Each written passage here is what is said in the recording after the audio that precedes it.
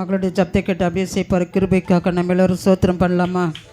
சோத்திரம் சோத்திரம் சோத்திரம் சோத்திரம். கர்த்தர் நல்லவர்.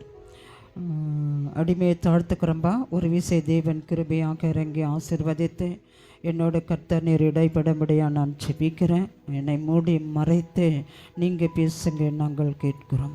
இயேசுவின் நாமத்தில் செபிக்கிறேன் பிதாவே, ஆமென். இன்றைய செய்தி என்னன்னு சொன்னால் 5 விதமான உடன்படிக்கை. இன்றைய செய்தி 5 விதமான உடன்படிக்கை. எடுத்து வாசிப்போம். எரோமியா 33ஆம் அதிகாரம் 19 நம்ம வாசிப்போம் 22 வரை. எரோமியா 33:19. பின்னும் எரோமியாவுக்கு கர்த்தருடைய வார்த்தை உண்டாகி அவர் குறித்த நேரங்களில் பகற்காலமும் ராக்காலமும் உண்டாகாதபடிக்கு நீங்கள் பகல் காலத்தை குறித்து நான் பண்ணின உடன்படிக்கையையும் ராக்காலத்தை குறித்து நான் பண்ணின உடன்படிக்கையையும் அவமாக்கினால். போதும். ஆண்டவர் விடியற் காலத்தை குறித்தும் பண்ணின உடன்படிக்கை, விடியற் காலத்தை குறித்து பண்ணின உடன்படிக்கை சூரியனோடு உடன்படிக்கை பண்ணினாராம். என்னது குறித்து? ஆமாம். அதாவது ராக்காலமாக உண்டாகும்படிக்கு நீங்கள் பகற்காலத்தை குறித்து நான் பண்ணின உடன்படிக்கையும் ராக்காலத்தை குறித்து நான் பண்ணின உடன்படிக்கையும் அவமாக்கினாள் அப்படின்னு சொன்னால், விடியற் காலம் பொழுது விடிஞ்ச உடனே என்ன வெளிச்சம் வருகிறது? சூரியன் வருகிறது. சூரியனோடும் ராக்காலத்தை குறித்து பண்ணின உடன்படிக்கை சந்திரனோடும் பண்ணினாராம். சந்திரன் தெரியும்ல? சூரியனோடும் சந்திரனோடும் என்ன பண்ணார்னா அவர் உடன்படிக்கை பண்ணினாராம். நான் பண்ணின உடன்படிக்கையும் ராக்காலத்தை குறித்து நான் பண்ணின உடன்படிக்கையும் அவமாக்கினால், அப்போது என் தாசனாகிய தாவீதோடு நான் பண்ணின உடன்படிக்கையும் அவன் சிங்காசனத்தில் அரசாளும் குமாரன் அவனுக்கு இல்லாமற் போகும்படியாக அவமாகும். என் ஊழியக்காரராகிய லேவியரோடும் ஆசாரியரோடும் நான் பண்ணின உடன்படிக்கையும் அப்போது அவமாகவும். அதாவது சூரியனை குறித்தும் சந்திரனை குறித்தும் தேவன் பண்ணின உடன்படிக்கை நீங்கள் அசிங்கப்படுத்தினால், அவமாக்கினால், அதை அசட்டை பண்ணினால், அங்கே ஆண்டவருடைய வார்த்தை சொல்கிறது, அப்போது என் தாசனாகிய தாவீதோடு நான் பண்ணின உடன்படிக்கையும் அவன் சிங்காசனத்தில் அரசாளும் குமாரன் அவனுக்கு இல்லாமல் போகும்படியாக அவமாகும். நம்ம சூரியனை சந்திரனை கர்த்தர் படைத்ததை நம்ம அவமாக்கினால், தாவீதுடைய சிங்காசனத்தில் அவனுடைய சாலமோன் இருக்க அந்த சிங்காசனம் அவமாக்கப்படும் என்று வேதம் சொல்லுகிறது. என் ஊழியக்காரராகிய லேவியரோடும் ஆசாரியரோடும் நான் பண்ணின உடன்படிக்கை அப்போது அவமாகும். லேவியர் என்பது கர்த்தரால் தெரிந்து கொள்ளப்பட்ட ஒரு கோத்திரம். லேவி கோத்திரம் ஊழியக்காரராக ஆண்டவருக்கு பணி செய்ய வேண்டும் என்பது அவர் தெரிந்து கொண்ட கோத்திரம் லேவி கோத்திரம். அந்த லேவி கோத்திரமும் ஆசாரியர்களும் பண்ணின உடன்படிக்கையும் அப்போது எப்படி ஆகுமாம்? அவ்வமாகும். அசட்டை பண்ணப்பட்டவர்களாக மாறுவார்களாம். அதனால்தான் ஆண்டவர் 22வது வசனத்தில் சொல்லுகிறார், வானத்தின் நட்சத்திரங்கள் எண்ணப்படாததும் கடற்கரை மணல் அளக்கப்படாததுமாய் இருக்கிறது போல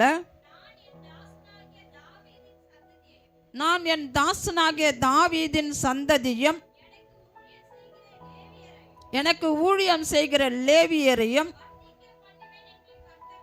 வர்த்திக்க பண்ணுவேன் என்று கர்த்தர் சொல்கிறார். நட்சத்திரத்தை குறித்து கூட கர்த்தர் என்ன சொன்னாரா? உடன்படிக்கை பண்ணினாராம். நட்சத்திரத்தையும் ஆற்றின் மணலை குறித்து உடன்படிக்கை யாருக்கு பண்ணாரா? அந்த வார்த்தை ஆபிரகாமுக்கு பண்ணார். வானத்தின் நட்சத்திரத்தை போலவும் கடற்கரை மணலை போலவும் உன் சந்ததிகள் பல்லுக பெருகும் என்று சொல்லி நட்சத்திரத்தை குறித்து கூட ஆண்டவர் அங்கே என்ன சொன்னார்?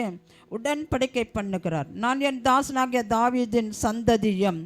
ஏன்னு சொன்னால் வானத்தின் நட்சத்திரங்கள் எண்ணப்படாததும் கடற்கரை மணல் அளக்கப்படாததுமாய் இருக்கிறது போல நான் என் தாசனாகிய தாவீதின் சந்ததியும் எனக்கு ஊழியம் செய்கிற லேவியரையும் வர்த்திக்க பண்ணுவேன் என்று கர்த்தர் சொல்லுகிறார். ஆண்டவருக்கு ஊழியம் செய்கிற குடும்பம் வர்த்திக்கப்படுமாம். எத்தனை பேருக்கு புரியுது?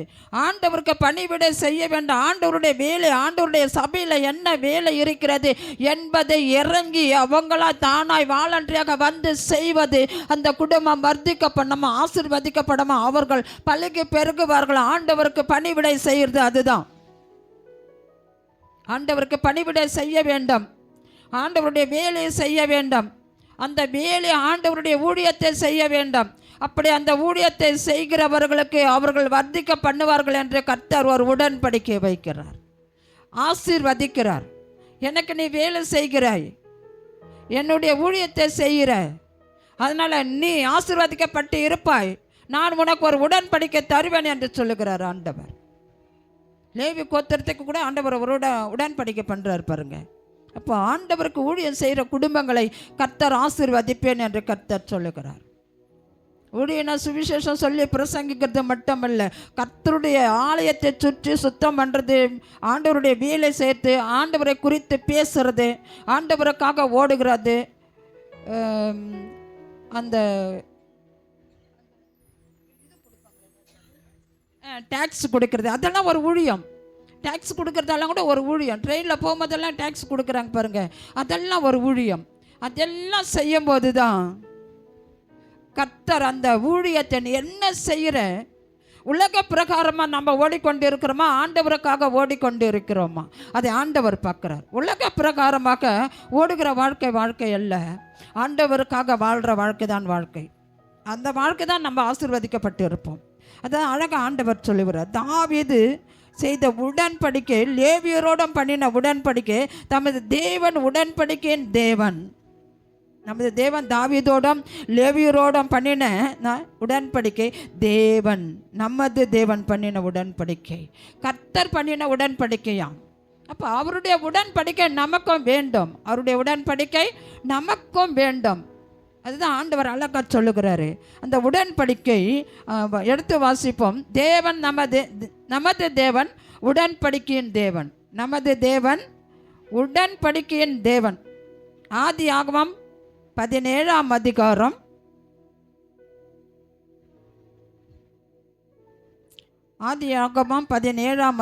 2வது வசனம் சொல்லுகிறது, நான் உனக்கும் எனக்கும் நடுவாக என் உடன்படிக்கையை ஏற்படுத்தி உன்னை மிகவும் திரளாய் பெருக பண்ணுவேன் என்றார். யாருக்கு சொல்றாருன்னா, ஆபிரகாம் 99 வயதான போது கர்த்தர் ஆபிரகாமுக்கு தரிசனமாகி, நான் சர்வ வல்லமுள்ள தேவன், நீ எனக்கு முன்பாக நடந்து கொண்டு உத்தமனாயிரு, நான் உனக்கும் எனக்கும் நடுவாக உடன்படிக்கையை ஏற்படுத்தி உன்னை மிகவும் திரளாய் பெருக பண்ணுவேன் என்றார். 99 வயதில் ஆண்டவர் ஆபிரகாமை உனக்கும் எனக்கும் என்று சொல்லுகிறார். யாருக்கு? உனக்கும் எனக்கும் நடுவாக நான் ஒரு உடன்படிக்கை பண்ணுகிறேன், நீ மிகவும் திரளாய் பெருக பண்ணுவேன் என்று சொல்லுகிறார். அதுதான் நமது தேவன் உடன்படிக்கையின் தேவன், நமது தேவன் உடன்படிக்கையின் தேவன். 4வது வசனம் சொல்லுகிறது, நான் உன்னோடு பண்ணுகிற என் உடன்படிக்கை என்னவென்றால், ஆண்டவர் ஒரு உடன்படிக்கை ஆபிரகாமுக்கு கொடுக்கிறார். என்ன உடன்படிக்கை என்று சொன்னால், நான் உன்னோடு பண்ணுகிற என் உடன்படிக்கை என்னவென்றால், நீ திரளான ஜனங்களுக்கு தகப்பனாவா என்று ஆண்டவர் ஒரு உடன்படிக்கை. அன்றைக்கு 99 வயதில் ஆண்டவர் கொடுத்த அந்த உடன்படிக்கை தான் இன்றைக்கு அந்த ஆபிரகாம் நமக்கு தகப்பனாக இருக்கிறார்.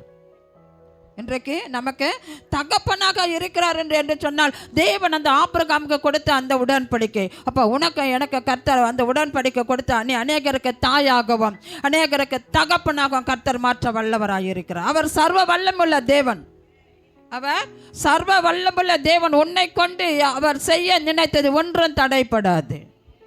உன்னை அநேகருக்கு தாயாக மாற்றுவார் என்று சொன்னால் ஆண்டவருடைய வார்த்தைக்கு கீழ்ப்படிந்து நடப்பாயானால் அநேகருக்கு தாயாகவும், ஆண்டவருடைய வார்த்தைக்கு கீழ்ப்படிந்து நடப்பாயானால் அநேகருக்கு தகப்பனாகவும் ஆண்டவர் உனக்கு ஒரு உடன்படிக்கை, உனக்கும் எனக்கும் நடுவாக ஆண்டவர் ஒரு உடன்படிக்கை தருவார். 7வது வசனம் சொல்லுகிறது, உனக்கும் உன் பின்வரும் உன் சந்ததிக்கும் நான் தேவனாய் இருக்கும்படிக்கு எனக்கும் உனக்கு பின் தலைமுறை தலைமுறையாக வர உன் சந்ததிக்கும் நடுவே என் உடன்படிக்கையை நித்திய உடன்படியாக ஸ்தாபிப்பேன் என்றால், நித்தியம் என்றால் கடைசி வரலாம் நான் கொடுத்த அந்த வார்த்தை நிறைவேறும் என்று கர்த்தர் சொல்கிறார். உனக்காக நான் கொடுக்கிற அந்த உடன்படிக்கை ஆகப்பட்டது உன் சந்ததிக்கு, உன் சந்ததியுடைய சந்ததிக்கு அது கடைசி வரலாம் அந்த உடன்படிக்கை நான் வைப்பேன் என்று கர்த்தர் சொல்லுகிறார். உடன்படிக்கையின் தேவன், நமது தேவன் உடன்படிக்கையின் தேவன். நமக்காக அவர் மனது இருக்கிற தேவன். உடன்படிக்கை காக்கிறவர், உடன்படிக்கையை காக்கிறவராம். உடன்படிக்கையை காக்கிறவர், உடன்படிக்கை கொடுத்துட்டாரு, அதை காக்கிறவராம். 2 நாளாகமம் 6ஆம் அதிகாரம் 14வது வசனம் சொல்லுகிறது.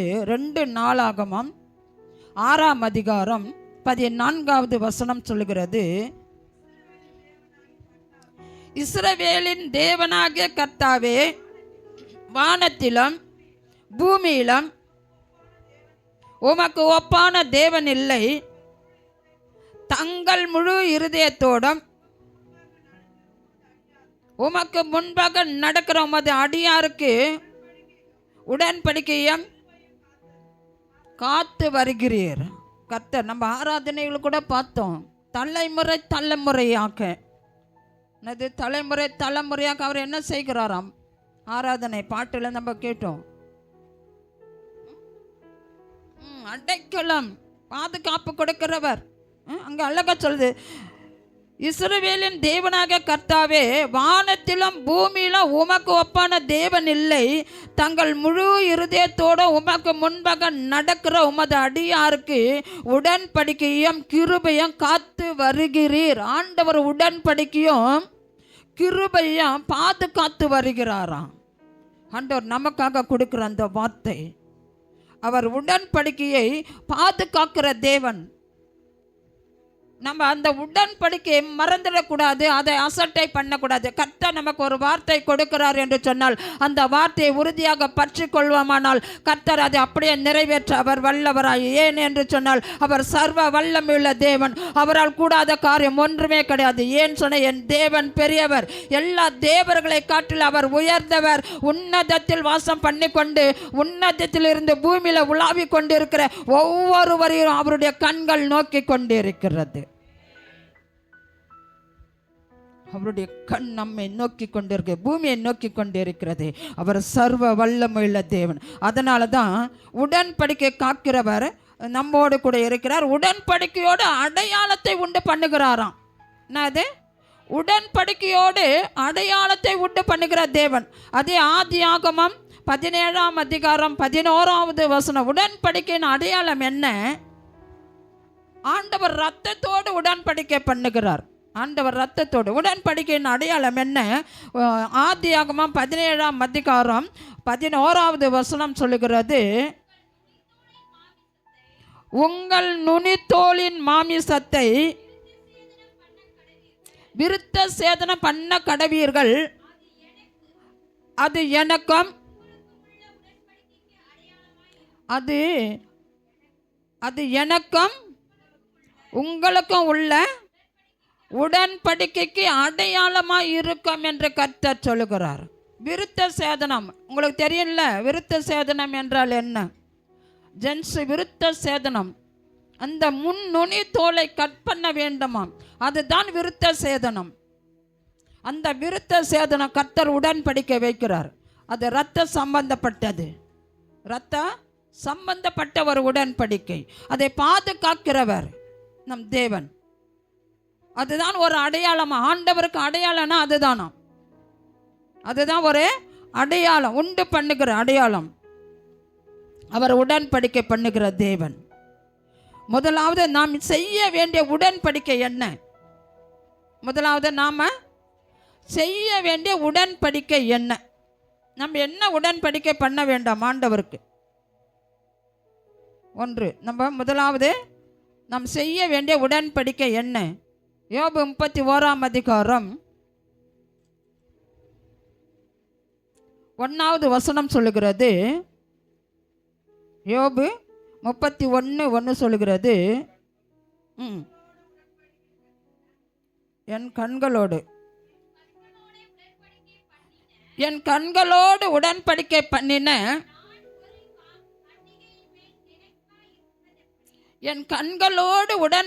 பண்ணின நான் ஒரு கண்ணின் மேல் நினைவாய் இருப்பது எப்படி? கண்ணுக்கு உடன்படிக்கை நம்ம வைக்க வேண்டுமா? கண்ணுக்கு என்ன பண்ணணும்? உடன்படிக்கை வைக்க வேண்டும். அழகா வேதம் அழகா சொல்லுகிறது பாருங்க. என் கண்களோடு உடன்படிக்கை பண்ணின நான் ஒரு கண்ணின் மேல் நினைவாய் இருப்பது எப்படி? ஆண்டவருக்கு முன்பாக நான் ஆண்டவரை மட்டும் நான் நோக்கி பார்ப்பேன் என்று சொல்லுகிற நாம் எப்படி அடுத்தவங்க மேல கண்ணை வைக்கிறது? உடன்படிக்கை பண்ணிட்டோம்னா இனி நான் அவங்கள பார்க்க மாட்டேன் என்று சொல்லி நீ ஒரு உறுதிமொழி ஆண்டவருக்கு கொடுப்பாயானால் மீண்டும் அவர்களை திரும்பி பார்க்க கூடாது. அதைத்தான் உனக்கும் ஆண்டவருக்கும் உள்ள ஒரு உடன்படிக்கை. நாம் ஆண்டவருக்கு செய்ய வேண்டிய உடன்படிக்கை என்னவென்று சொன்னால், ஒரு தவறை நான் செய்ய மாட்டேன் என்று சொன்னால் அதை செய்யக்கூடாது. அதுதான் முதல் நாம் செய்கிற உடன்படிக்கை. கண்களோடு உடன்படிக்கை. அதே 31:7 சொல்லுகிறது, என் நடைகள் போதும். நடைய கூட எப்படி இருக்குமா? உன் நடை பரிசுத்தமாக இருக்க வேண்டும். உன்னுடைய நடை எப்படி இருக்க வேண்டும்? பரிசுத்தமாக இருக்கணும். அதாவது நாம் பண்ண வேண்டிய உடன்படிக்கை என்னன்னா, கண்ணோடு உடன்படிக்கை. ரெண்டாவது நடையோடு உடன்படிக்கை. அந்த நடை கூட பரிசுத்தமாக இருக்க வேண்டும். அடுத்து என் இருதயமும் பரிசுத்தமாக இருக்க வேண்டும். கண்ணு பரிசுத்தமாக இருக்க வேண்டும், நடை பரிசுத்தமாக இருக்க வேண்டும், இருதயம் பரிசுத்தமாக இருக்க வேண்டும்.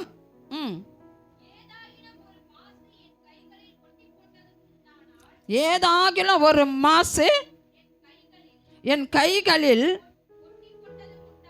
ஒட்டி கொண்டது உண்டானால் அப்போது நான் நினைத்ததை ஆமாங்க. அந்த வசனம் அழகா சொல்லுகிறது பாருங்க. மறுபடியும் அந்த வசனத்தை வாசி. என் நடைகள் வழியை விட்டு விலகினதும் என் இருதயம் என் கண்களை பின்தொடருதும் ஏதாகிலும் போதும் ஒரு மாசு கைகளில் ஒட்டி கொண்டதும் உண்டானால் கையை கூட பரிசுத்தப்படுத்த வேண்டும் என்று கர்த்தர் சொல்லுகிறார். கையை பரிசுத்தப்படுத்த வேண்டும் என்று கர்த்தர் சொல்லுகிறார். ஒட்டி கொண்டதும் உண்டானால் அப்போது நான் விதைத்ததை வேறு ஒருவன் புசிப்பானாக, என் பயிர்கள் வேறற்று போக கடவுது. 9வது வசனம் சொல்லுகிறது, என் மனம் யாதொரு ஸ்திரீயின் மேல் மயங்கி அயலானுடைய வாசலை நான் எட்டி பார்ப்பது உண்டானால் போதும். அயலானுடைய மனைவி கூட ஆண்டவர் தொடக்கூடாது என்று சொல்லுகிறார். இருதயம் பரிசுத்தமாக இருக்க வேண்டும், நடை பரிசுத்தமாக இருக்க வேண்டும், கை பரிசுத்தமாக இருக்க வேண்டும், நம்ம மனசு பரிசுத்தமாக இருக்க வேண்டும். அதுதான் நாம் ஆண்டவருக்கு முதலாவது பண்ணுற உடன்படிக்கை. ஆண்டவருக்கு நம்ம பண்ணுற முதல் உடன்படிக்கை என்னவென்றால் கண்ணு, ரெண்டாவது நடை, மூன்றாவது இருதயம், நான்காவது கை, ஐந்தாவது மனம். நம்ம அந்த 5 உடன்படி ஆண்டவருக்கு இன்றிலிருந்து இந்த வருடம் நம்ம வைப்போமானால் நம்முடைய வாழ்க்கை ஓங்கி வளரும். நம்முடைய சரீரத்தில் காணப்படுகிற பலவீனங்கள் எல்லாம் மாறி போகும். ஏன்னு சொன்னால் கர்த்தருக்கு நாம் பண்ணுகிற உடன்படிக்கை முக்கியமானது அதுதான்.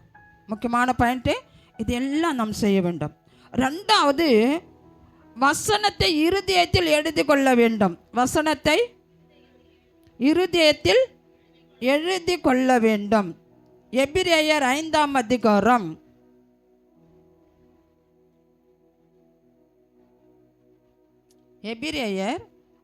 அதிகாரம் 6 வாசிப்போம். அப்படியே வேறொரு இடத்திலும் நீ மெல்கிசேதேக்கின் முறைமையின்படி என்றென்றைக்கு ஆசாரியராய் இருக்கிறீர் என்று சொல்லி இருக்கிறார். அவர் மாமிசத்தில் இருந்த நாட்களில் தம்மை மரணத்தின் என்று ரட்சிக்க வல்லமை உள்ளவரை நோக்கி பலத்த சத்தத்தோடும் கண்ணீரோடும் விண்ணப்பம் பண்ணி வேண்டுதல் செய்து நமக்கு உண்டான பய பக்தி நிமித்தம் கேட்கப்பட்டு அவர் குமாரனாய் இருந்தும் பட்ட பாடுகளினாலே போதும். அவர் பட்ட அந்த பாடுகளினாலே அதை பார்த்து நாம் அதை கீழ்ப்படிய கற்றுக்கொள்ள வேண்டும். இயேசு கிறிஸ்து அவங்க பெற்றோருக்கு கீழ்ப்படிந்து நடந்தார் என்று வேதம் சொல்லுகிறது. கீழ்ப்படிந்து நடந்தார். எப்போ கீழ்ப்படிந்து நடந்தார்?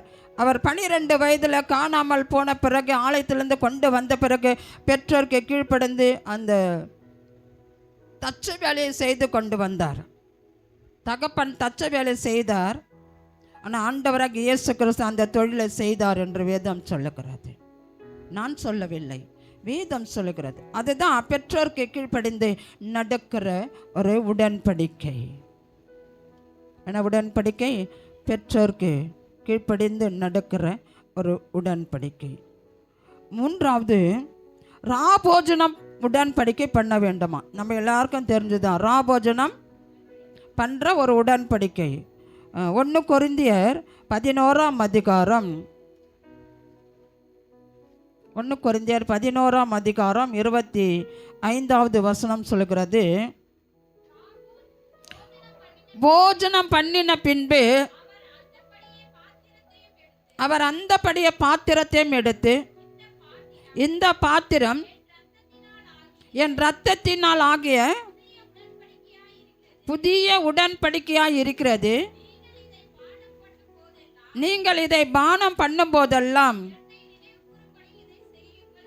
என்னை நினைவு கூறும்படி இதை செய்யுங்கள் என்றார். போஜனம் பண்ணும்போது ஆண்டவர் என்ன பண்ணுறாருன்னா, போஜனம் பண்ணின பின்பு அவர் அந்தபடிய பாத்திரத்தையும் எடுத்து, இந்த பாத்திரம் என் இரத்தத்தினால் ஆகிய புதிய உடன்படிக்கையாக இருக்கிறது. ஆண்டவர் அவருடைய இரத்தத்தினால உடன்படிக்கை பண்ணுகிறார். அவருடைய இரத்தம் அந்த போஜனம் பண்ணின பிறகு அந்த பாத்திரத்தை எடுத்து என்ன சொல்ற, இது என் இரத்தத்தினால் ஆகிய புதிய உடன்படிக்கை, இது புதிய உடன்படிக்கை, இது என் இரத்தத்தினால நான் உங்களுக்கு கொடுக்கிற இது உடன்படிக்கை, என் இரத்தம் இது. அவர் மரிக்கிறதுக்கு முன்னாடி ஒரு உடன்படிக்கை அவர் வைக்கிறார், இரத்த உடன்படிக்கை. போஜனத்தையும் அவர் வைக்கிறார், இரத்தத்தையும் அவர் உடன்படிக்கையாக சிஷ்யர்களுக்கு கொடுக்கிறார். நினைவு கூறும்படி அவர் ஒரு உடன்படிக்கை பண்ணுகிறார், புதிய உடன்படிக்கையை. அவரை நினைவு கூறும்படி இதை செய்யுங்கள் என்று சொல்லுகிறார். என்ன சொல்லுகிறாரு? இதை செய்யுங்கள். ஏன்னு சொன்னால் அவருக்கு தெரியும் நம்ம மறிச்சிடுவோம், நம்ம மறித்த பிறகு உலகம் ரட்சிக்கப்படும். அப்போ நம்மை நினைவு கூறுவதற்கு நம்முடைய சரீரமாம் நம்முடைய இரத்தமாம் இவர்கள் என்ன பண்ண வேண்டும், புசிக்க வேண்டும், பானம் பண்ண வேண்டும் என்பதற்காக அவர் அந்த போஜனத்தை ஆண்டவர் உடன்படிக்கை வைத்தார். அந்த போஜனத்தின் போது அவர் செய்த ஒரு உடன்படிக்கை, அதை நாம் கடைப்பிடிக்க வேண்டும் என்பதற்காக நினைவு கூறுங்கள் என்று சொல்லுகிறார். இதை என் நினைவாக்க நீங்கள் நினைவு கூற வேண்டும். ஏன் சொன்ன என் பாடுகளை அங்கே அழகாக என்ன சொல்லிக் கொடுக்குற முன்னாடி வசனத்தில் நம்ம படித்தோம். அவர் பட்ட கஷ்டத்தை நாம் கற்றுக்கொள்ள வேண்டுமா? நமக்கு பல பாடுகள் வரும்போது, உபத்திரவங்கள் வரும்போது நம்ம என்ன பண்ணுகிறோம், சோர்ந்து போகிறோம். எனக்கு மட்டும் ஏன் இந்த சூழ்நிலை, எனக்கு மட்டும் ஏன் இந்த உபத்திரவம் என்று சொல்லி நம்ம மனம் கசந்து நம்ம சோர்ந்து போகிறோம். ஆனால் ஆண்டவர் மனம் கசந்தே போக்கலை. எவ்வளோ பாடுகள், எவ்வளோ அவமானம், எவ்வளோ நிந்தைகள் எல்லாவற்றையும் அவர் சகித்து கொண்டு அவர் ஊழியம் செய்யும் போது கூட அவருக்கு அவமானம்தான். அவர் சாதாரணமாக சிலுவையில் அரைக்கிறதுக்கு முன்னாடி மட்டுமல்ல, அவர் ஊழியம் செய்யும் போது கூட அவர் நிறைய நிந்தனைகளை அனுபவித்தார், உபத்திரவங்களை அனுபவித்தார். இயேசு கிறிஸ்துவை கொல்லுவதற்கு கூட கல்லுகளை எடுத்துக்கொண்டார்கள். நாமளான என்ன பண்ணுவோம், கல் எடுத்து நாங்கள் என்ன அடிக்கிறதுக்குன்னு சொல்லி ஒரே புலம்பல் புலம்பிக்கிட்டே இருப்போம். ஆனால் ஒரே ஒரு வார்த்தை கூட சொல்லலைங்க. அதுதாங்க நாம் ஆராதிக்கிற தேவன். அதெல்லாம் ஆண்டவர் சொல்கிறார், இதெல்லாம் கற்றுக்கொள்ளுங்கள், இதெல்லாம் கற்றுக்கொள்ளும். இவ்வளோ உபத்திரம், இவ்வளோ பாடுகள் இயேசு கிறிஸ்து அவர் அனுபவித்தார் என்று சொன்னால் அதை நாம் கற்றுக்கொள்வோமானால் நம்முடைய வாழ்க்கையில் ஒரு சமாதானம் உண்டாயிருக்கும். நமக்கு பல உபத்திரங்கள் வரும், துக்கங்கள் வரும், பாடுகள் வரும், அவமானங்கள் வரும், நிந்தைகள் வரும். இதையெல்லாம் கற்றுக்கொள்ள வேண்டுமாம். அதெல்லாம் கற்றுக்கொண்டு அமைதியாக இருக்கும். அதுதான் நமக்கு ஒரு ஆசீர்வாதம் நமக்காக காத்து கொண்டு இருக்கும். நமக்காக ஒரு ஆசீர்வாதம் காத்து கொண்டு இருக்கிறது என்று சொன்னால் நமக்கு அவமானங்கள் வரும், துக்கங்கள் வரும், பாடுகள் வரும். அந்த ஆசீர்வாதம் என்ன என்று சொன்னால், மலை மேல் உள்ள பட்டணம் மறைந்திருக்காது, அது ஒரு நாள் அநேகருக்கு அது வெளிச்சத்தை கொடுக்கும். அப்போதான் நீ யார் என்பதை அநேகர் புரிந்து கொள்ளுவார்கள், தெரிந்து கொள்ளுவார்கள். அதுவரை அவமானங்கள் தான், அதுவரை துக்கங்கள் தான், அதுவரை பாடுகள் தான், அதுவரை கண்ணீர், கவலை, வியாதிகள் தான். ஆனால் ஆண்டவரை கட்ட அந்த உடன்படிக்கை கற்றுக்கொள்ளும் போது தான் நமக்கு ஒரு பெரிய பலவீனங்க, ஒரு பெரிய ஆசீர்வாதங்க. ஆபத்திலிருந்து நம்ம காப்பாற்றுகிற தேவன், அவரை குறித்து நம்ம விளக்காய் எறிவதற்கு உன்னை பயன்படுத்த அவர் இதை அனுமதி கொடுக்கிறார். நீ அவமானப்பட்டு நில்லு, நீ அசிங்கப்பட்டு நில்லு. ஆனால் அவர் கொடுக்கல, ஆனால் தாங்கிக்கக்கூடிய பலத்தை ஆண்டவர் கொடுக்கிறார். ஏன்னா நீ விளக்காய் எரிய போக்கிறாய் என்பதற்காக. நான்காவது ஒரு உடன்படிக்கை திருமண உடன்படிக்கையாம். நான்காவது உடன்படிக்கை திருமணம். இதெல்லாம் நம்ம கற்றுக்கொள்ள வேண்டியது. மல்கியா 2ஆம் அதிகாரம்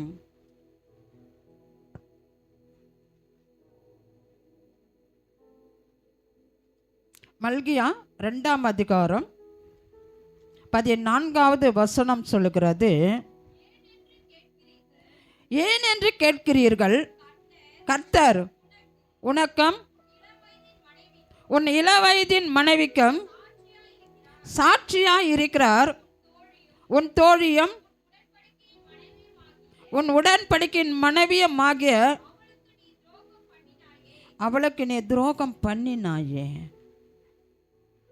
திருமணத்தில் இப்போல்லாம் பார்த்தீங்கன்னா திருமணம் நாய் கொஞ்ச நாள் கூட இருக்க மாட்டாங்க, உடனே டிவைஸ் ஆகிடுது. அப்பப்போ பிரிஞ்சிடுவாங்க, அப்பப்போ ஓடிடுவாங்க. இதெல்லாம் இருக்கக்கூடாது. ஆண்டவர் அழகா சொல்றார் பாரு. ஏன் என்று கேட்கிறீர்கள், கர்த்தர் உனக்கும் உன் இளவயதின் மனைவிக்கும் சாட்சியாயிருக்கிறாராம். திருமணம் ஆன பிள்ளைகளுக்கு கர்த்தர் கணவனுக்கும் மனைவிக்கும் சாட்சியாயிருக்கிறார். அதுதான் ஆண்டவர் சொல்றார், கணவனுக்கு கீழ்ப்படிந்து மனைவி நடக்கணும், மனைவி மீது கணவன் அன்பாய் இருக்க வேண்டும் என்று சொல்லி.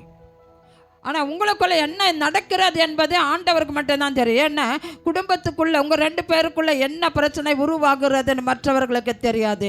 ஆண்டவர் பார்த்து கொண்டு இருக்கிறார்.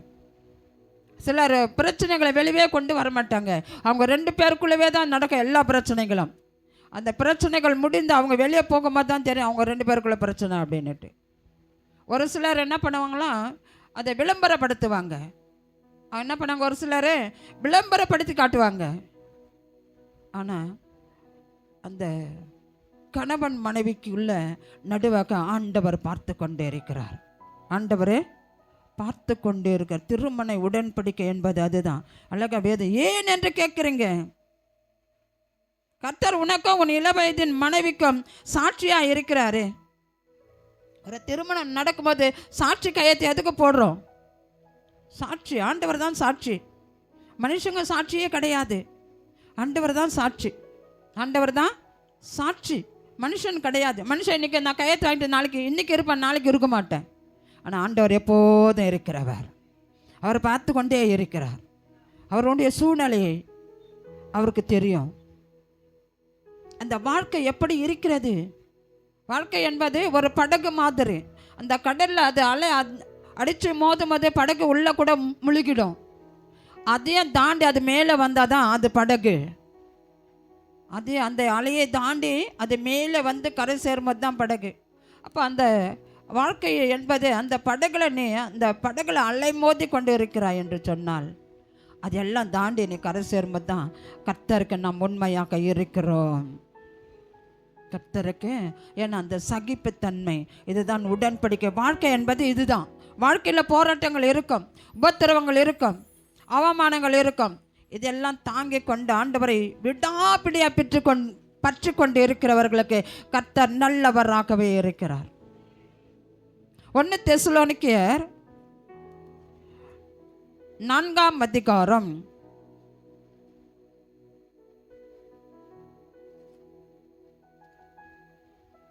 1 தெசலோனிக்கேயர்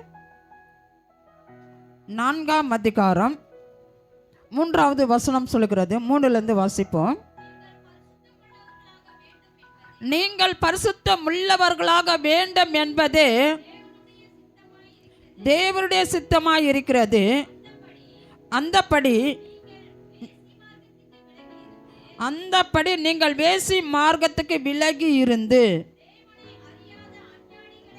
தேவனை அறியாத அஞ்சாணிகளைப் போல மோக இச்சைக்கு உட்படாமல் உங்களில் அவனவன் தன் தன் சரீர பாண்டத்தை பரிசுத்தமாயம் கனமாயம் ஆண்டு கொள்ளும்படி அறிந்து இந்த விஷயத்தில் ஒருவனும் மீறாமலும் தன் சகோதரனை வஞ்சியாமலும் இருக்க வேண்டும். முன்னமே நான் உங்களுக்கு சொல்லி சாட்சியாக எச்சரித்தபடியே இப்படிப்பட்ட விஷயங்கள் எல்லாவற்றையும் குறித்து கர்த்தர் நீதியை சரி கட்டுகிறவராக இருக்கிறார். ஏன்னு சொன்னால் நீங்கள் பரிசுத்தம் உள்ளவர்கள் ஆக வேண்டும் என்பதே கர்த்தருடைய சித்தமாக இருக்கிறதாம். நாம் எப்படி வாழ வேண்டுமா? பரிசுத்தமாய் வாழ வேண்டுமா? வேசித்தனத்துக்கு விலகி ஓடுங்கள், பாவத்துக்கு விலகி ஓடுங்கள் என்று கர்த்தர் சொல்லுகிறார். தேவனை அறியாத அஞ்சாணிகளைப் போல மோக இச்சைக்கு நீங்கள் என்ன பண்ணக்கூடாது? உடன்படக்கூடாது. மோக இச்சைக்கு என்ன பண்ணக்கூடாது? உடன்படக்கூடாது. அதுக்கு தான் கண்ணு எப்படி இருக்கணுமா? பரிசுத்தமாக கண்ணுக்கு முதல் உடன்படிக்கை வைக்க வேண்டும். இருதயத்துக்கு உடன்படிக்கை, நடைக்கு உடன்படிக்கை, மனசுக்கு உடன்படிக்கை, கையுக்கு உடன்படிக்கை, காலுக்கு உடன்படிக்கை. இச்சை முதல் கண்ணு தானே. அதனால தான் ஆண்டவர் சரீரத்தில் இருக்கிற உறுப்புகளை பரிசுத்தப்படுத்து என்று சொல்லுகிறார். உங்களில் அவனவன் தன் தன் சரீர பாண்டத்தை பரிசுத்தமாயம் கனமாயம் ஆண்டு கொள்ளும்படி அறிந்து. நம்முடைய சரீரம் கனத்துக்கு உரியதாங்க. நம்முடைய சரீரம் கனத்துக்கு உரியது. ஏன்னா நம்மளோட சரீரம் பரிசுத்தமாக இருக்கும்போது ஆண்டவருடைய பார்வைக்கு அது கனத்துக்கு உரியதான். கனத்துக்குரிய பாத்திரம், கனவீனத்துக்குரிய பாத்திரம். 2 பாயிண்ட் இருக்கு. கனத்துக்குரிய பாத்திரம் ஒன்று இருக்கு, கனத்துக்கு இல்லாத பாத்திரம். அதில் ஒரு கதையம் இருக்கு. வெந்த மண்பாண்டம் கனத்துக்குரியது, வேகாத மண்பாண்டம் கனவீனத்துக்கு உரியது.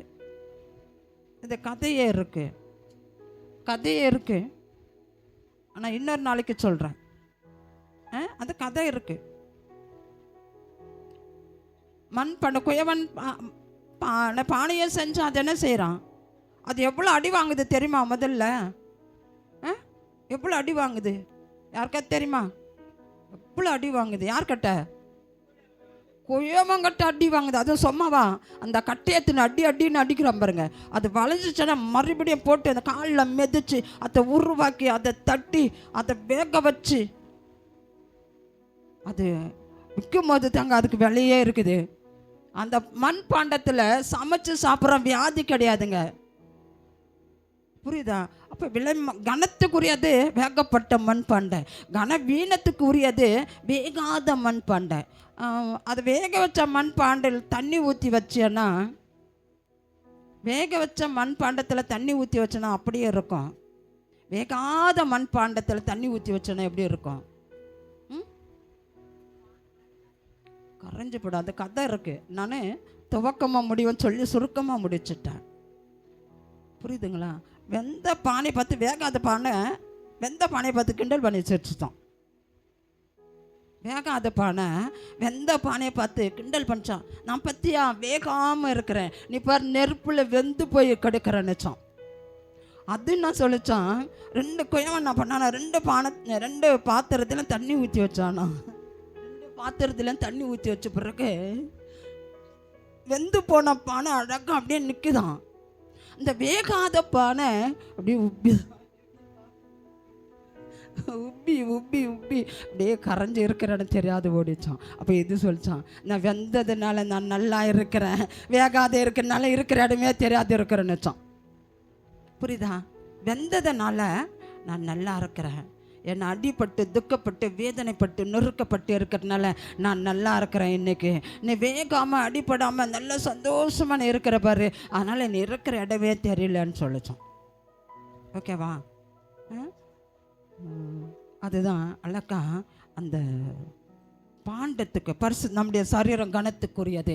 நம்மெல்லாம் வேகப்பட்டவங்க, துக்கப்பட்டவங்க, ரத்தத்தால் தோய்க்க எடுக்கப்பட்டவங்க, ஆண்டவருடைய ரத்தத்தால் தோய்க்க எடுக்கப்பட்டவங்கங்க. ரத்தத்தால் தோய்க்க எடுக்கப்பட்டவங்க தான் எப்பவுமே கனத்துக்குரியவர்கள். நம்முடைய சரீரம் கனத்துக்குரியது. அப்புறம் இந்த விஷயத்தில் ஒருவனை மீறாமலும் தன் சகோதரனை வஞ்சியாமலும் இருக்க வேண்டும். முன்னமே உங்களுக்கு சொல்லி சாட்சியாக எச்சரித்தபடியே இப்படிப்பட்ட விஷயங்கள் எல்லாவற்றையும் குறித்து கர்த்தர் நீதி சரி கட்டுகிறவராக இருக்கிறார். இதெல்லாம் குறித்து ஆண்டவர் சரி கட்டுகிறவராக இருக்கிறாராம். தேவன் நம்மை அசுத்தத்திற்கு அல்ல, நம்ம ஆண்டவர் தெரிந்து கொண்டாருன்னா நம் பரிசுத்தமான வாழ்க்கை வாழ்வதற்காகத்தான் கர்த்தர் உன்னையும் என்னையும் தெரிந்து கொண்டிருக்கிறார். உன்னையும் என்னையும் ஆண்டவரை நாம் ஆராதிக்கிறோன்னு சொன்னால் நாமெல்லாம் பரிசுத்தமாக்க வேண்டும் என்பது கர்த்தருடைய விருப்பம். அடுத்த வசனம் சொல்லுகிறது, ஆகையால்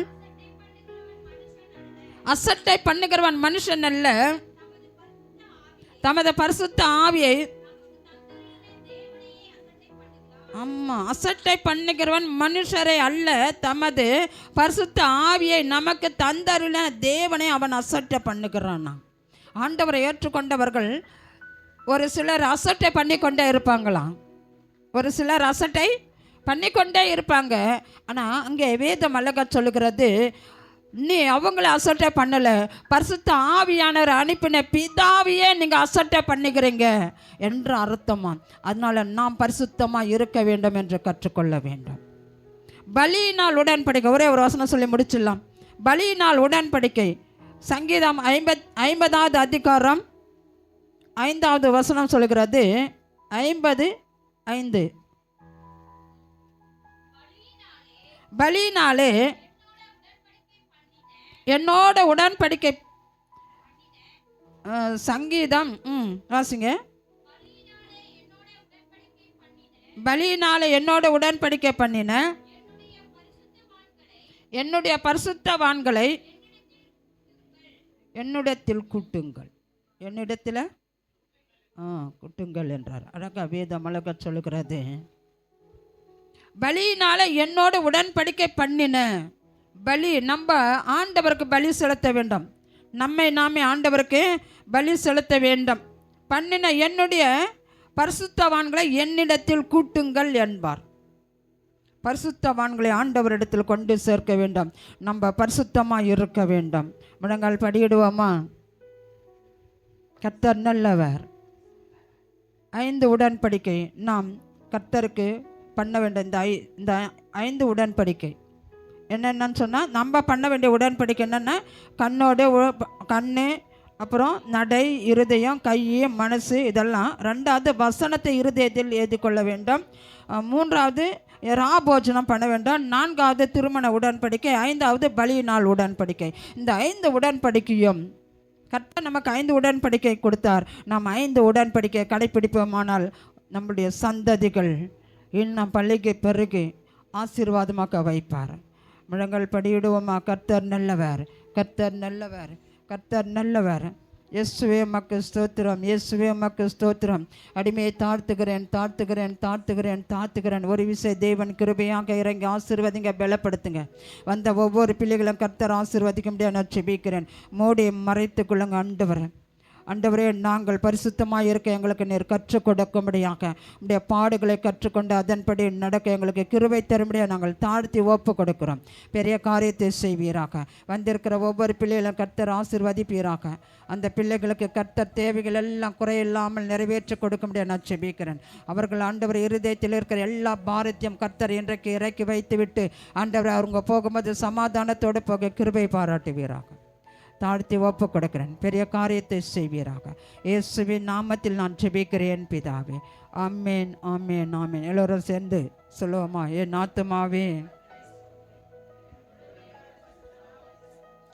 ஆத்துமாவே கர்த்தரை ஸ்தோத்திரி, அவர் செய்த சகல உபகாரங்களையும் மறவாதே. ஆமென். பிதாவாகிய தேவனாலும் தம்முடைய கர்த்தராகிய இயேசு கிறிஸ்துவின் கிருபையும் பரிசுத்த ஆவியானுடைய அன்பும் மனிதனை ஐக்கியமும் சமாதானமும் என்றும் எப்போது உங்களோட கூட இருப்பதாக. ஆமென். அல்லேலூயா, அல்லேலூயா, அல்லேலூயா.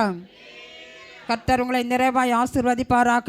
பிதா குமாரன் பரிசுத்த ஆவியின் நாமத்தினால் என்று நான் உங்களை வாழ்த்துகிறேன், ஆசீர்வதிக்கிறேன். என்னுடைய ஆசீர்வாதமும் தேவனுடைய ஆசீர்வாதமும் நாம் எல்லோருமே தான் இருப்பதாக. ஆமென். God bless. ஒருவருக்கொருவர் சமாதானத்தை அறிவித்துக் கொள்ளுங்கள். சமாதானத்தின் தேவன்